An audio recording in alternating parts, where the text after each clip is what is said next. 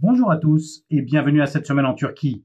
Il y a encore quelques mois, critiquer l'absence de relations diplomatiques avec l'Égypte était une raison suffisante pour se faire accuser de traîtrise et de soutien aux putschistes. Hier, le pouvoir a envoyé une délégation diplomatique en Égypte. La diplomatie turque semble changer de braquet. Nous en avons parlé avec Aydin Salcan. La Turquie a envoyé une délégation diplomatique au Caire pour entreprendre des discussions exploratoires afin de, je cite, établir les conditions d'une normalisation des relations bilatérales. Suite au coup d'État perpétré par Abdel Fattah Sisi contre le président Mohamed Morsi, la Turquie et l'Égypte avaient rompu les relations diplomatiques en 2013. Le signe de ralliement des opposants à Sisi était devenu le signe de l'AKP. Erdogan avait également à plusieurs reprises qualifié l'opposition turque de, je cite, partisans du putschiste Sisi. Mais la conclusion d'accords stratégiques entre l'Égypte, Israël et la Grèce en Méditerranée orientale semble avoir isolé un peu plus la Turquie, forcée de changer de stratégie diplomatique. En gage de bonne volonté, l'Égypte avait ménagé des prétentions turques en Méditerranée orientale et Ankara avait demandé aux chaînes de télévision proches des frères musulmans installées en Turquie de baisser le niveau de critique adressé au président égyptien. La rencontre des deux délégations se sont déroulées dans, je cite, une atmosphère sincère, selon le ministère des Affaires étrangères turc. Les deux parties se seraient entendues sur, je cite, l'importance de la paix en Méditerranée orientale. Un autre pays qui avait des relations tendues avec la Turquie est les Émirats arabes unis. Mevlut Çavuşoğlu a eu un entretien téléphonique avec son homologue émirati, Abdallah Ben Zayed Al Nahyan. Mais les changements diplomatiques ne s'arrêtent pas là. De l'autre côté du rivage méditerranéen, Mevlut Çavuşoğlu a invité le ministre israélien de l'énergie, Yuval Steinitz, au forum de la diplomatie qui doit se tenir à Antalya le 18 juin. À cela, il faudrait rajouter l'entretien téléphonique que le président et chef de l'AKP, Recep Tayyip Erdogan, a eu avec le roi d'Arabie Saoudite Salman, père de Mohamed Ben Salman, en froid avec le président turc. Une politique étrangère qui semble prendre un virage à 180 degrés. Nous en avons parlé avec Aydin Salcan, ex-diplomate. Aydin Salcan, bonjour. Vous avez été diplomate durant de longues années, puis consul de Turquie à Erbil avant de démissionner en 2013. Vous avez relaté votre expérience dans le livre Gözden Irak'ta, Loin des regards indiscrets. Merci de nous accorder de votre temps. Je vous remercie. La Turquie semble opérer un changement plutôt radical dans sa politique étrangère avec une tentative de reprise de relations avec l'Égypte, les Émirats arabes unis et Israël. Est-il possible d'opérer des manœuvres aussi fortes dans le domaine diplomatique? Bien entendu, je suis d'accord je suis d'accord que la Turquie est en train d'opérer un changement radical en sa diplomatie, mais ça se reflète dans les médias comme en train de prendre une grande virage, disons. Parce que c'est impossible, comme vous l'avez bien dit, pour un pays comme la Turquie, de faire un changement radical. Ni, par exemple, pour la France, c'est possible, ni pour les États-Unis. Mais, bien entendu, si on regarde en Méditerranée orientale, disons, à partir de Libye, l'Égypte, l'Israël, et aussi même en Chypre, et aussi avec la Grèce, par exemple, on est en train c'est-à-dire Ankara est en train d'opérer un changement radical. La réponse est oui. Si c'est possible ou non, la Turquie maintenant est la partie qui fait des demandes. Donc, de ce point de vue, il y a une certaine faiblesse en sa diplomatie. Comme on l'a déjà vu, par exemple, avec l'Israël, on n'a pas pu jusqu'à maintenant échanger les ambassadeurs. C'était ce qu'Ankara apparemment avait demandé. Avec l'Égypte, on a tenu des pourparlers exploratoires, diplomatiques, d'accord, mais il n'y a rien qui s'est produit. Il y avait aussi, par exemple, en Libye, c'est l'Égypte maintenant qui est en train de prendre la main haute parce que ça fait partie des pourparlers en Égypte, c'est ce que je comprends. Donc, le pari de la Turquie n'a pas aussi marché en la Libye. et aussi en Méditerranée. Maintenant, ces fameux bateaux de recherche est au large de Turquie. Et disons qu'ils sont un peu inopérables. Donc, on va voir, mais il faut tout ça, à mon avis, ça doit être tout ça doit être mis en perspective avec les élections qui vont être tenues en Turquie en 2023. Alors, on va y revenir, mais pour l'Égypte, par exemple, l'opposition à Sisi s'est quasiment institutionnalisée en Turquie. Et par exemple, le signe de ralliement des opposants au régime égyptien est devenu le symbole de l'AKP. Dans ces conditions, quels arguments peut-on présenter à l'Égypte pour débuter un rapprochement dans ce qu'ils appellent les pourparlers exploratoires?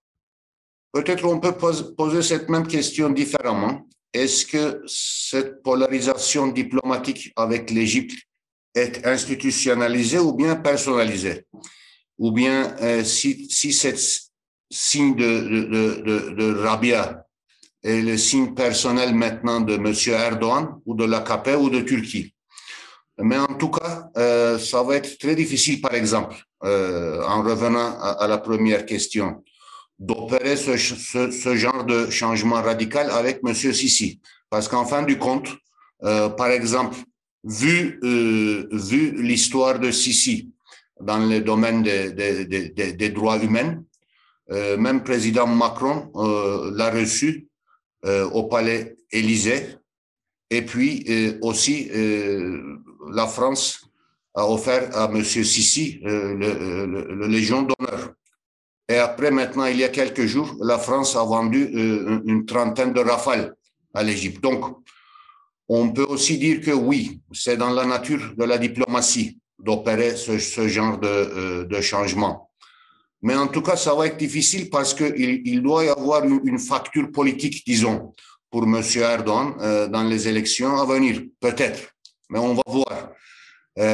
Tout ça, peut-être au lieu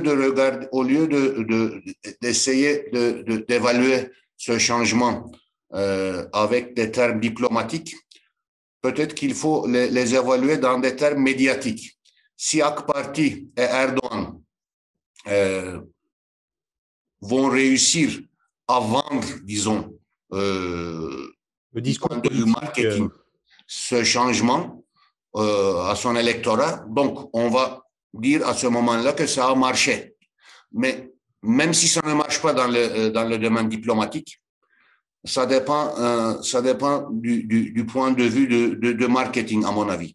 Donc, ça dépend finalement de la capacité de persuasion d'Erdogan à sa propre base politique.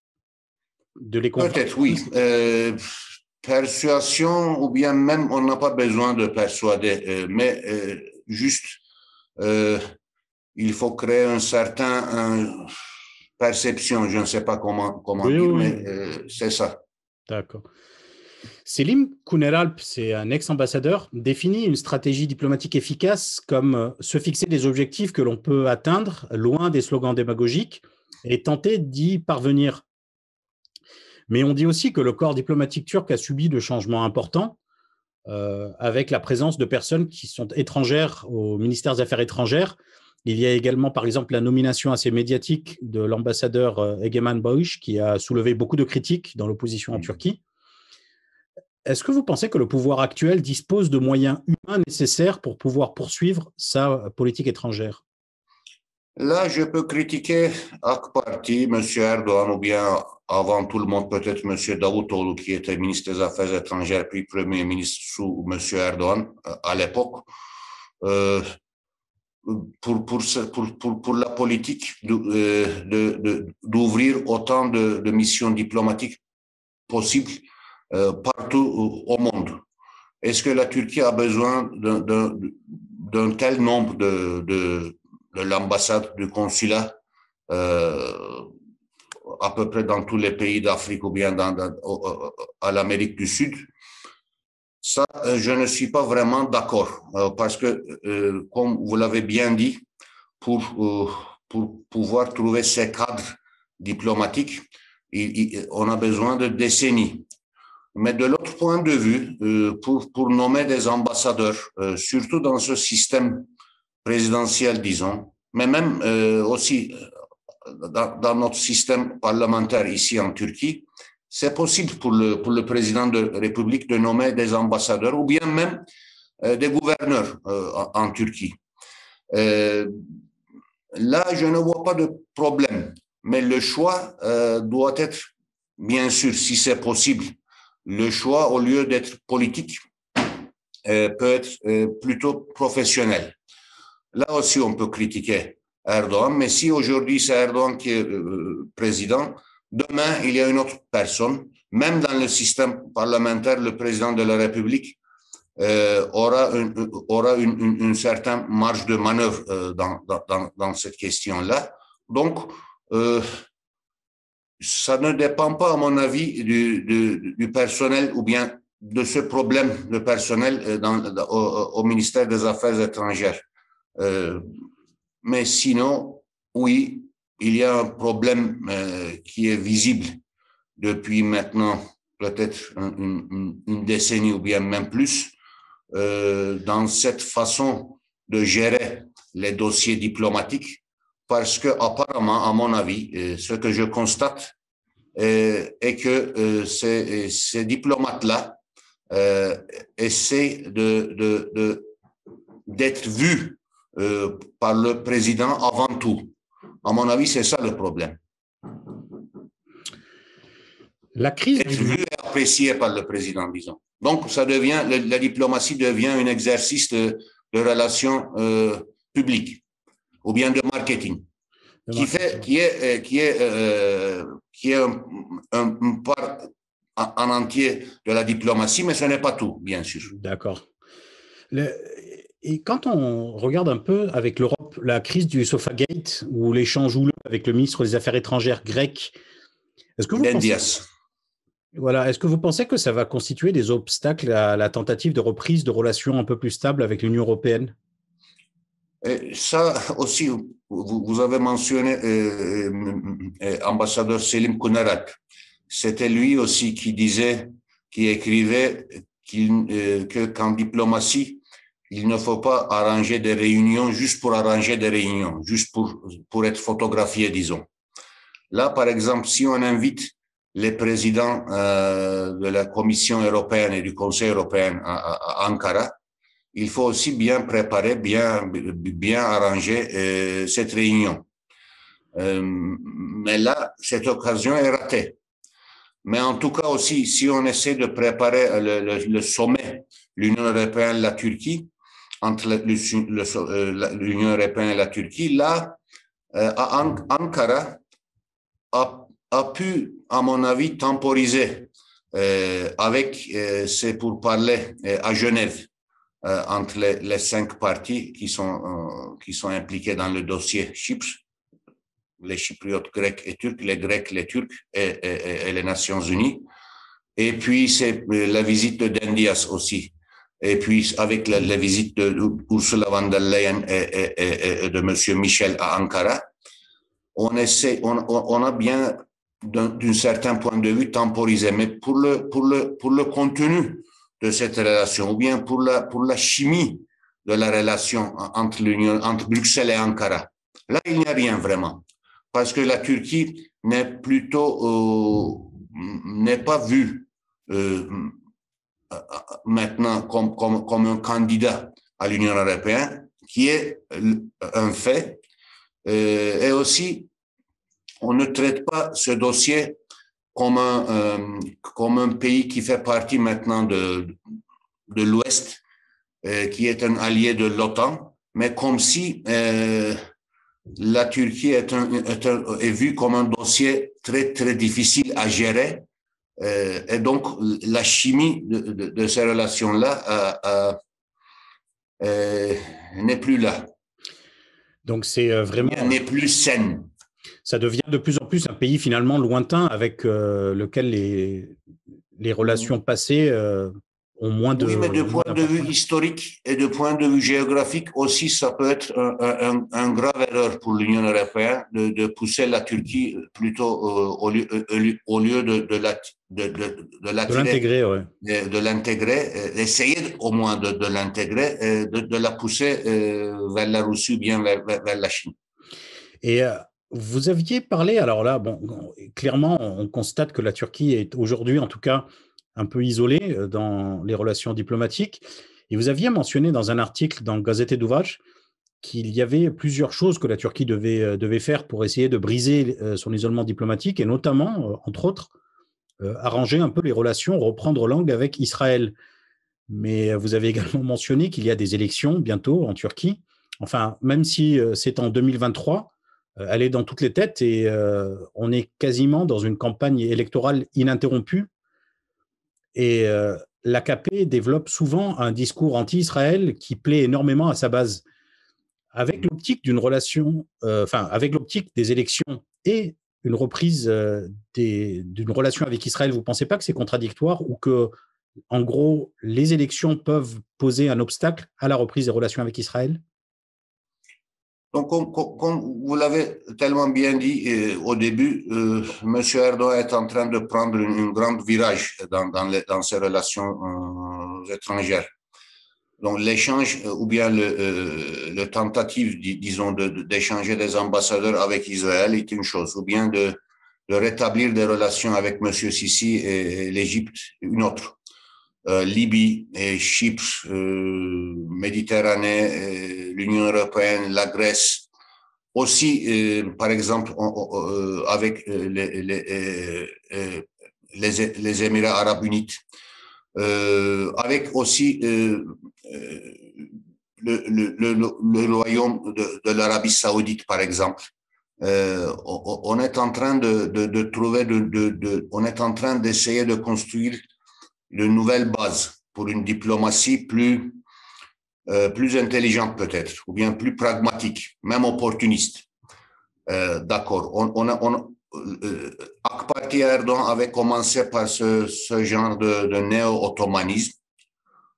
Puis on a trouvé un autre, par exemple, un autre slogan en guise de doctrine, Mavi Vatan, je ne sais pas comment traduire ça. C'est la patrie bleue, oui, la doctrine qui a été élaborée par les... La patrie bleue qui est plutôt une doctrine nationaliste. Même pas ça, c'est juste un slogan à mon avis. Tout ça maintenant est derrière nous. Maintenant, c'est plutôt pragmatique et Erdogan est capable de prendre ce genre de virage. C'est-à-dire, plus le temps presse vers les élections, peut-être anticipées, à l'horizon de 2023, plus Erdogan est capable d'opérer ce genre de changement radical. Même par exemple, après la déclaration du président Biden concernant le génocide arménien, la réaction de M. Erdogan n'était pas tellement violente qu'on avait anticipé. Parce qu'aussi, il y aura des pourparlers entre Biden et Erdogan en marge du sommet de l'OTAN au mois de juin. Donc, encore une fois, Erdogan, jusqu'à maintenant, était capable de vendre de vendre à son électorat toutes ces démarches diplomatiques. On va voir maintenant si la politique étrangère aura disons le poids qu'elle avait dans les élections présidentielles maintenant aussi en 2023, parce qu'avec la gestion de pandémie, avec la situation économique en Turquie, peut-être maintenant les relations étrangères n'ont plus le même poids qu'avant. On va voir. Bon, ben, on espère que les choses vont s'arranger petit à petit. Merci beaucoup, Monsieur Saljan, de nous avoir accordé de votre temps. C'est moi pour m'avoir invité. Merci beaucoup. Le maire d'Istanbul, Ekrem İmamoğlu, est visé par une enquête préliminaire pour attitude irrespectueuse envers les personnages d'État et pour avoir rendu visite aux mairies HDP. Mais les réactions à cette procédure judiciaire semblent avoir refroidi les ardeurs des initiateurs. Le ministère de l'Intérieur a rapporté mardi l'ouverture d'une enquête préliminaire contre Ekrem İmamoğlu portant sur des allégations concernant un manque de respect dont l'édile se serait rendu coupable lors d'une visite l'an dernier au mausolée de l'épouse du sultan Mehmed II, Gülbahar Hatun. Pour le porte-parole du ministère Ismail Çataklı, ce n'est qu'une procédure de routine ordonnée par le procureur de la République d'Istanbul. Selon Barış Pehlivan du journal Cumhuriyet qui a révélé l'affaire, les autorités reprochent à İmamoğlu de s'être tenu devant la tombe avec les mains dans le dos, une attitude qu'elle juge insultante. Les images de sa visite avaient été vivement critiquées par les supporters de l'AKP, certains l'accusant même d'avoir donné un coup de pied à la tombe.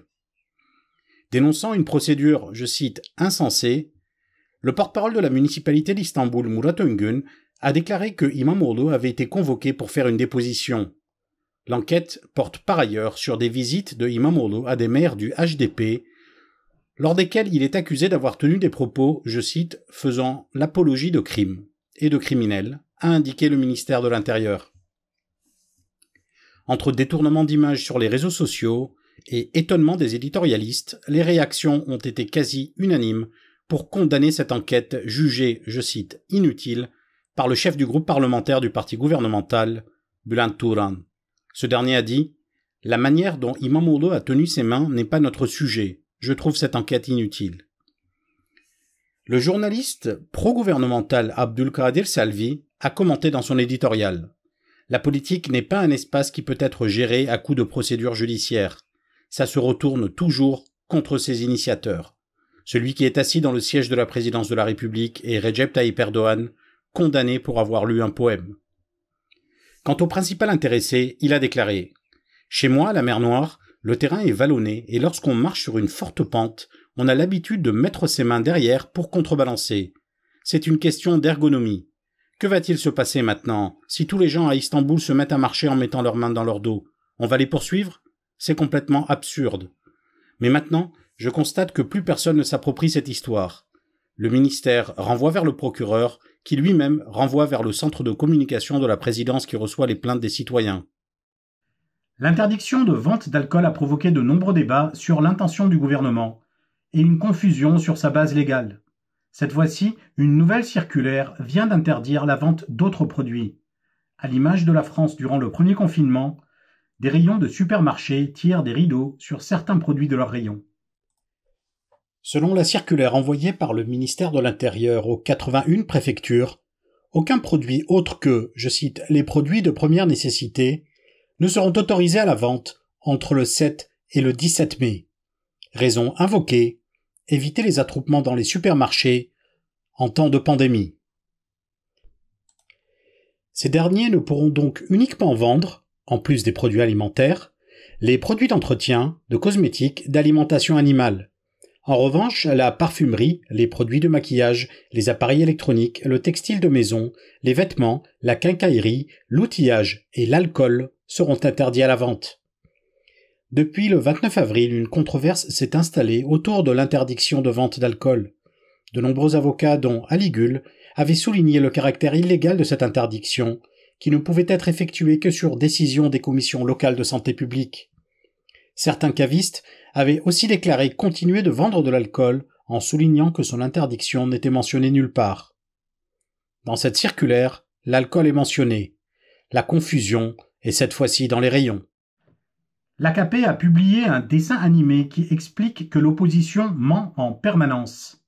En faisant ça, elle a relancé sans le vouloir la question lancée par l'opposition « Où sont les 128 milliards de dollars ?»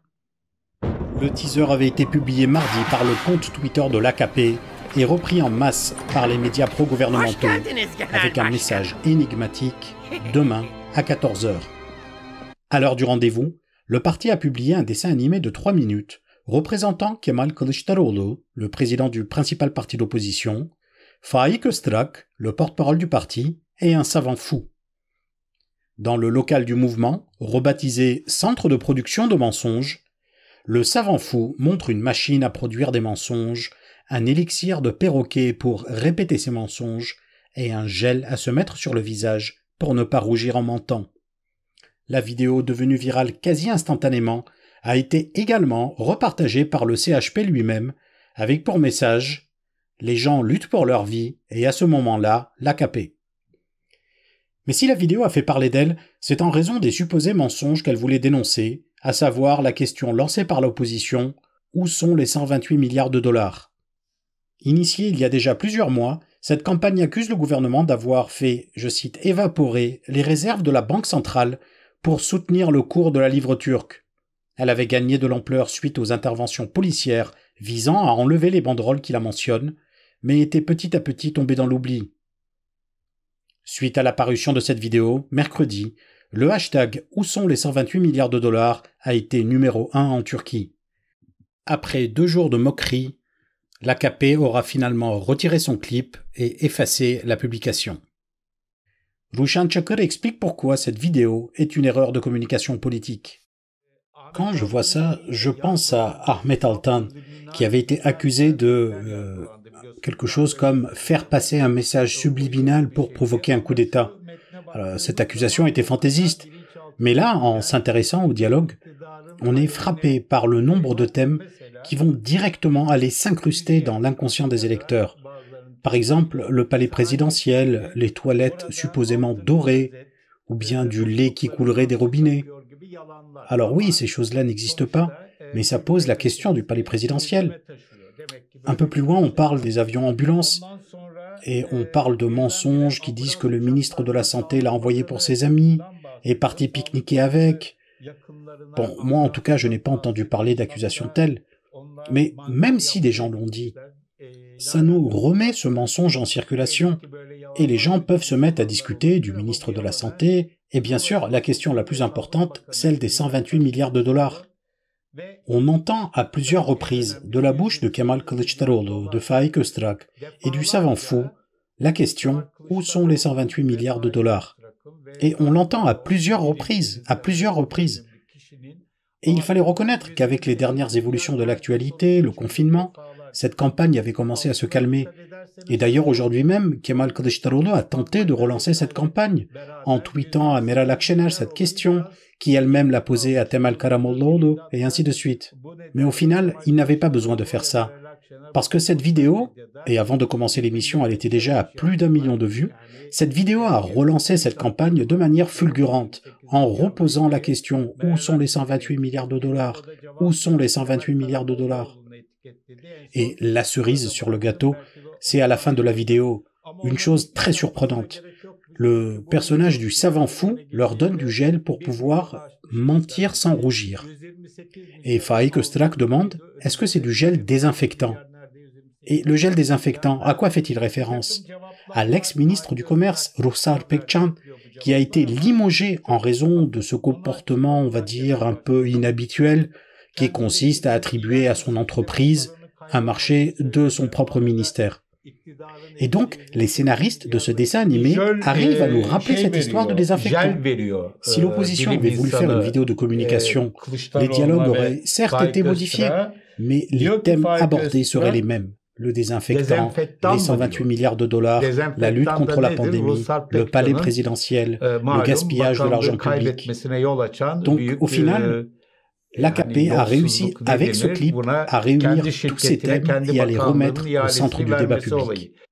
Depuis quelques années déjà, un groupe islamiste résiste au pouvoir de l'AKP. La fondation Furkan a organisé une veillée dans une mosquée malgré l'interdiction en vigueur. L'intervention de la police a créé des images un peu embarrassantes pour le gouvernement. Un groupe islamiste a fait l'objet d'une intervention policière où des gaz lacrymogènes ont été employés dans une mosquée de Gaziantep. Leur chef Alparslan Kuytul a été arrêté. Le directeur de la sécurité de Gaziantep a démissionné. Le nom de ce groupe, la fondation Furkan, créée par Alparslan Kuytul et faisant partie des rares organisations islamistes qui affirment leur insoumission au pouvoir, ce mouvement rigoriste s'était déjà opposé l'année dernière à la fermeture des mosquées. Cette fois-ci, dans une publication mi-avril, leur chef avait appelé ses fidèles à se réunir pour observer une veillée rituelique, l'itikaf. et ce, en dépit des mesures de confinement sanitaire qui interdisent ces rassemblements. La police est intervenue dans la mosquée de Gaziantep et a fait usage de bombes lacrymogènes. Les fidèles ont dénoncé le non-respect de la sacralité de l'endroit. La vidéo de leur arrestation a déclenché de nombreuses réactions. Le très laïque député CHP d'Izmir, Tuncay Özkan, a commenté « C'est sous le règne de ceux qui avaient menti en disant qu'on avait bu dans la mosquée que des gaz lacrymogènes ont été employés contre des fidèles qui priaient. Ce n'est pas humain. » Le député faisait référence à Erdogan, qui, durant le mouvement de Gezi, avait accusé les manifestants d'avoir profané une mosquée en y rentrant avec leurs chaussures et en y consommant de l'alcool. L'imam avait démenti, mais l'accusation avait été répétée à plusieurs reprises. Le quotidien islamiste et pro-gouvernemental Yeni Akit a lui accusé le groupe de provocation. Si le gouverneur de Gaziantep a déclaré que ce n'était pas une prière mais un mouvement de désobéissance civile, le directeur de la sécurité de Gaziantep a quand même démissionné. Les images de l'intervention semblent avoir gêné quelque peu le pouvoir. Le leader du mouvement, Alparslan Kuytul, a lui été arrêté. Merci de nous avoir suivis. À la semaine prochaine et n'oubliez pas de soutenir la presse indépendante.